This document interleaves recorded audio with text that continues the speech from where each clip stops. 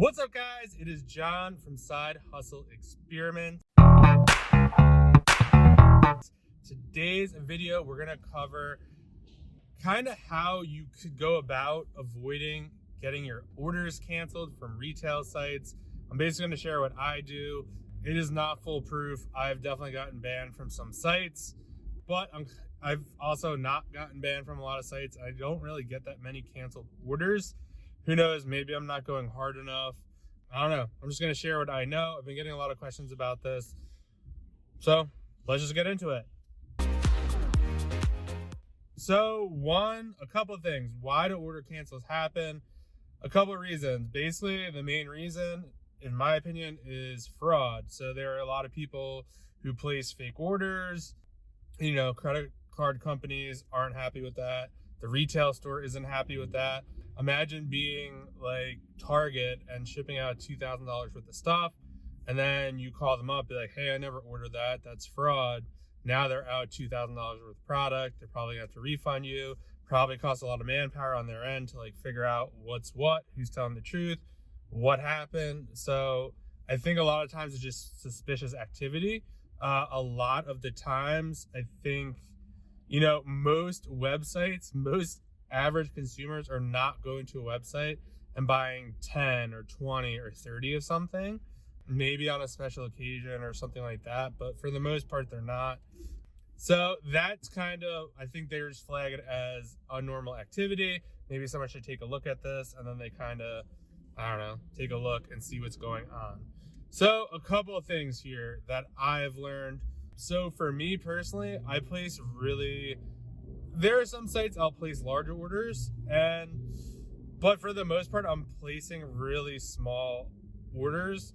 And I'm usually, if I'm buying like 5 things from a store, I'm checking it out 5 separate times. So I'll buy 10 of one item, 10 of another item, 10 of the other one, and then 10 of the other one. And they'll all be separate orders. So I'm not going to order all 40 together. It's just what I've been doing. I kind of just got into this habit because when I first started, I would source stuff. I'd find really good stuff and then wait to check out all at the end. And then half the stuff would be out of stock or someone else bought it. So I was like, if it's in stock, I'm buying it right now to avoid that. And I just kept kind of buying like that.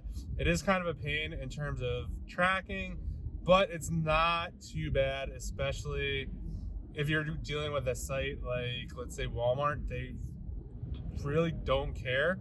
They usually have a max of 12 orders, 12 that you could buy. It really depends on the item.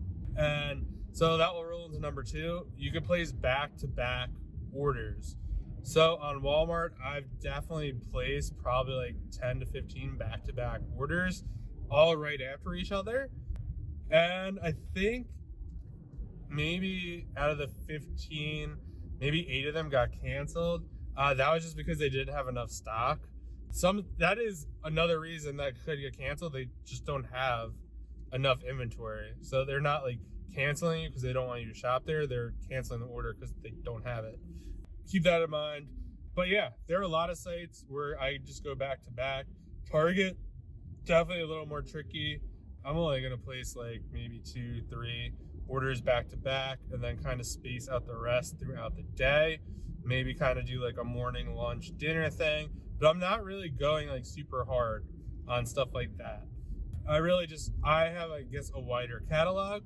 So I'm buying probably not as deep as a lot of people are. And that's kind of how I've been doing it. So that's kind of one aspect of it. Placing smaller orders. I try to keep them under $1,000. Most of them are around $500 just to kind of keep that down. I also find that if I'm paying full price for an item, it's usually never an issue to get multiple orders placed. Sometimes it is. For the most part, no. It's really when you're kind of hitting up their sales. Some of the stuff that they have on sale, they're taking a loss on to encourage people to buy other things. So if you're buying a ton of something they're taking a loss on and not buying anything else, they might be more likely to cancel. I don't know. So just keep that in mind. some other things you could do. You could check out using PayPal. I found that to be very helpful, especially if you're trying to get around sites that want you to ship to the same billing address as, or the address you're shipping to has to match the business address. For me, I know when I use PayPal, some sites, when you check out, they only grab where you're shipping it to, and they don't care about the billing address. And I guess they're kind of using PayPal as a buffer, like, hey, this person's good for it, don't worry about it. And basically it goes through PayPal. You can connect all your credit cards to PayPal. It's literally like you're just swiping your credit card. I think it shows up on your statement as PayPal. So no big deal there. That is a pretty good one. Checking out an incognito window. So if you're using Google, you could open an incognito window. A lot of sites will kind of block you on discount codes using them multiple times. But sometimes a workaround for that is an incognito window. Sometimes it works, sometimes it doesn't work. It just really depends on the site. But that could definitely be helpful. It just, from what I understand, it kind of blocks like your history or something, or your IP. So the site's not 100% sure where you're like from. So I've definitely had that happen. I've definitely had sites that wouldn't let me check out regularly, but then if I open an incognito window, there are no issues. A lot of this is just testing. So one, if you get rejected, one thing I learned early on, don't keep putting the orders through. That just makes things a lot worse for you. So what I would do is like, they'd say, it would like kind of go through, and they'll be like, something went wrong. And then I'm like, okay, I'm gonna submit it again. And I do it like 5 times. And that just kind of is just not good to do. All that stuff will show up as pending in your credit card, even though it's gonna take about 7 days to clear, 5 to 7 days. You can call the company and be like, yo, this isn't going through. And sometimes they'll wipe it, sometimes they won't. But yeah, you definitely want to be thinking about that. So you don't want to be doing that. Another thing, when you're first shopping at a site, I try to order about, I don't know, probably 5-ish of an item just to kind of get it warmed up. I might want to buy 10, I might buy 5, get like shipping confirmation, and then buy another 5 like a day later, just to kind of get in there. I don't want to go, I guess, order 20 right off the bat. That definitely get you kind of, depending on the website, right off the bat banned, what you don't want to do. So I like to place smaller orders. Another thing you could do, you could literally call the site and be like, hey, I tried to place an order. It got canceled. Can you let me know why it got canceled? Sometimes you could work it out, and they're like, oh, sometimes it's on you. I mean, I've had instances where I have like autofill on Google Chrome for a lot of stuff. So sometimes I mistakenly like filled in the wrong address, so then it didn't match and the credit card kicked it back. So call them and be like, oh, my bad. Here's the correct address, and sometimes they'll correct it. Other times they'll kind of give you the runaround, be like, oh, I don't know why this is happening. This is really weird. And then like somehow you get disconnected. It's happened to me a couple times. So just be kind of cognizant of that. You can always just call them. Sometimes it's something on their end. I've been on other sites where they're just like, hey, if you want to get this through, wink, wink, you should probably keep it under, $200. Don't order more than 5 of each item. So if you kind of know the rules of the site, it makes it a little easier. I'm trying to think, do I have any other little tricks? I don't think so. I might think of one more, but the ultimate is to shop at places that don't care.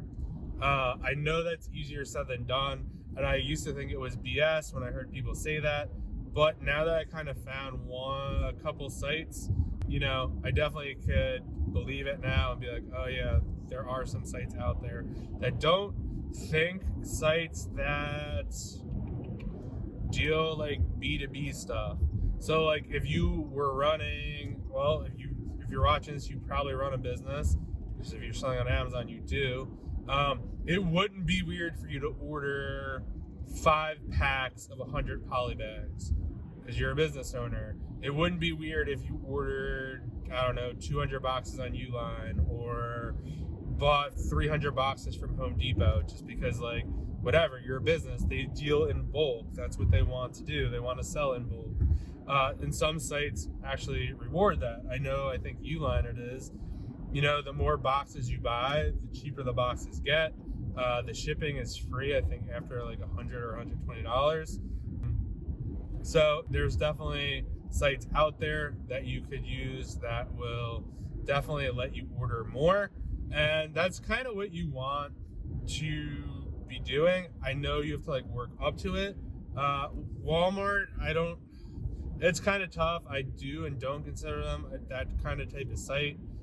Just because they don't really cancel orders, and you could probably order, I don't know, at least 50 or 60 of something in a day if they actually have that much of it in stock. So yeah, that's one way around it. So there's that. And yeah, so I try to focus on those stores where you can order as much or as little as you need and just kind of have a good relationship with those stores. Oh, I think the biggest one, I have 2 more actually, they just came to me. The first one, don't return stuff that doesn't sell. I think that is one of the biggest red flags on people's accounts. People listen to crappy advice that say, oh, just merchant fulfill it. And if it doesn't sell, return it to the store. That's terrible advice. I don't advise you do that. Take the loss, liquidate it, and move on. I just really don't like that.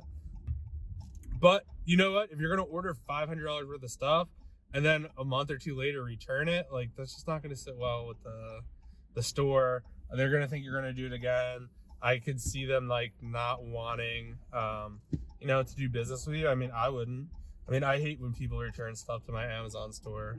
And yeah, if I could, if they did it multiple times, I would probably not let them shop at the store anymore.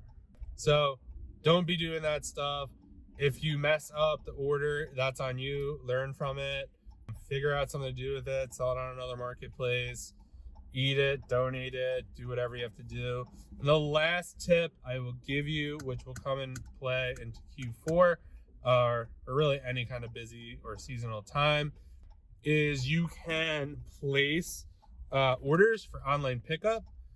So for example, last year I'd place orders, let's just say at Walmart or whatever. And before picking up all the items that I like put on reserve, I would go to the aisle where that item was being sold. I would load up the cart with all that stuff that they had, literally check that out.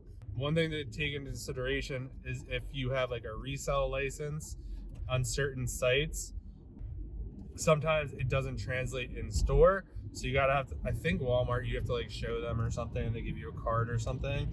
I don't know. But so just keep that in mind if you're doing that. So yeah, I did that a lot last year. I'd just go in the store, take everything, kind of just go through as like a normal person buying all this stuff.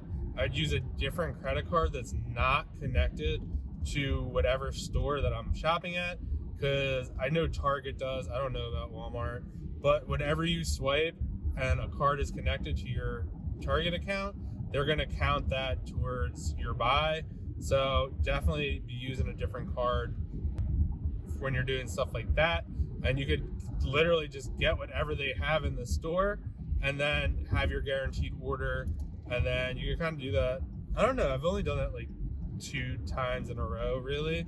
Or if you have multiple stores, I guess that could get tricky. I've never done it, so I'm not going to recommend it. But if you have like 3 Walmarts by you placing like 3 pickup orders at each one, I don't know. Walmart probably wouldn't care.